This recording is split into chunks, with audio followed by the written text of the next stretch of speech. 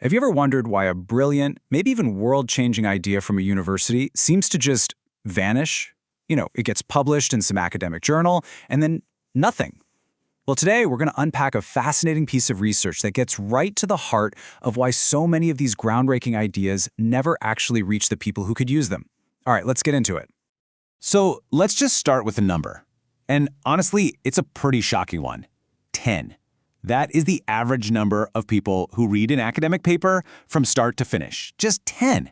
I mean, think about that for a second.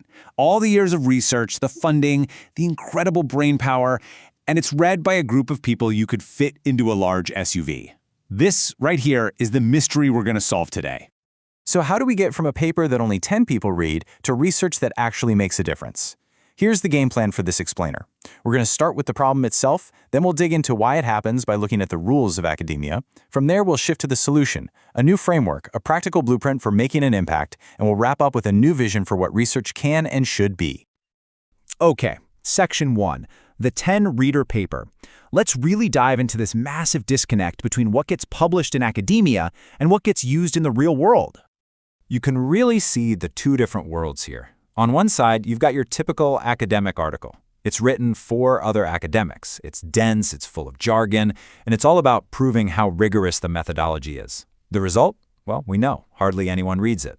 But then you look at something like Stephen Covey's 7 Habits. It's built on solid ideas, for sure, but it's designed from the ground up to be understood and used by millions of people, with clear language and simple visuals. One of these stays locked away, and the other one literally changes people's lives. So, why does this happen? I mean, is it just that academics don't know how to write for a normal person? Not really. The problem is baked into the system. As it turns out, the unwritten rules of academia actually reward this kind of closed-off, insider-only communication. And this quote from Stephen Barley just hits the nail on the head. Most management scholarship is written by scholars for scholars. The whole system, right? Getting tenure, getting promotions, the prestige of certain journals, it's all built around this conversation that academics are having with each other. It's like a closed loop, and the incentives just aren't there to reach outside of it.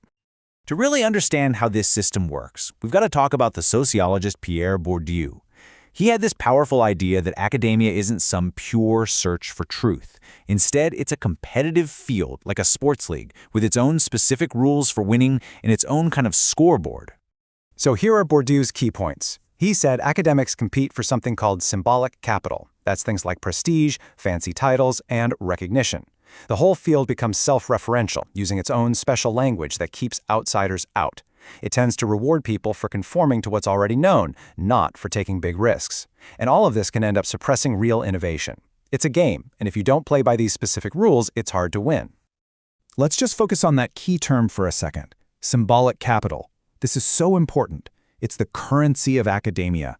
It's not just about how good or useful your idea is. It's about who you are, where you work, the titles you have, and the reputation you've built. And here's the kicker. Oftentimes, this symbolic capital matters more for a career than the actual, real-world impact of the work. Okay, so we've diagnosed the problem, right? We have an incentive system that's so focused inward that it can accidentally keep great ideas from ever seeing the light of day. So how do we fix this? How do we break the cycle? Well, the paper we're looking at proposes a really simple but powerful shift in focus, a whole new framework for doing research that matters. And this is it. It's called the RAI framework, and it's built on 3 pillars: readership, application, and impact. The idea is that researchers should be thinking about these 3 things from the absolute beginning of a project, not just as an afterthought. It's a total rethink. So let's break it down. First, readership. It's a simple question. Who is this actually for? And the answer has to be broader than just other professors.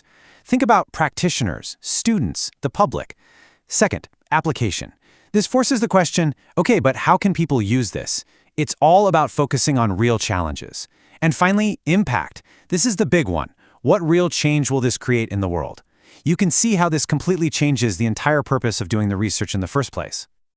Now, a framework is great, but how do you actually put it into practice? That's what this next section is all about. It's a concrete blueprint, actual steps a researcher can take to make sure their work has a life outside of that ivory tower.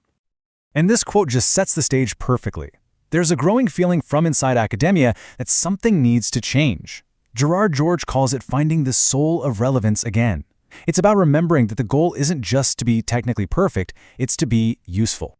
So how do you find that soul of relevance? Well, here's 7 really tangible strategies. You start by framing your research around a real problem people are facing. You use clear language, no jargon. You spell out the practical takeaways so people don't have to guess. And maybe most importantly, you have to get outside the academic bubble. Work with practitioners. Publish in journals that anyone can access for free. Share what you find on blogs or webinars where normal people will actually see it. This is basically the how-to guide for making an impact.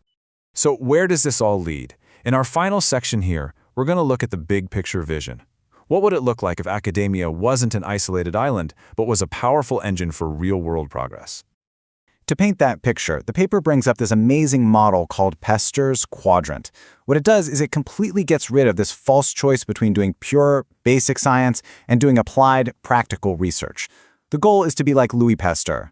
His work on germs was absolutely fundamental, groundbreaking science, right? But it was also driven by a really urgent, practical need to stop disease and keep food from spoiling. He did both at the same time. And this really clarifies the shift in thinking. The old way, symbolized by the physicist Niels Bohr, was this pure quest for knowledge just for its own sake, with no thought about how it could be used. But the new ideal, Pasteur's quadrant, is what we call use-inspired research.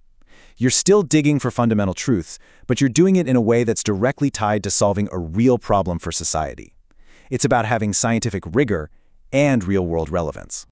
And that brings us to this final, really important question. Right now, locked away in journals that almost no one reads, there are ideas that could transform industries, improve our lives, and solve huge problems.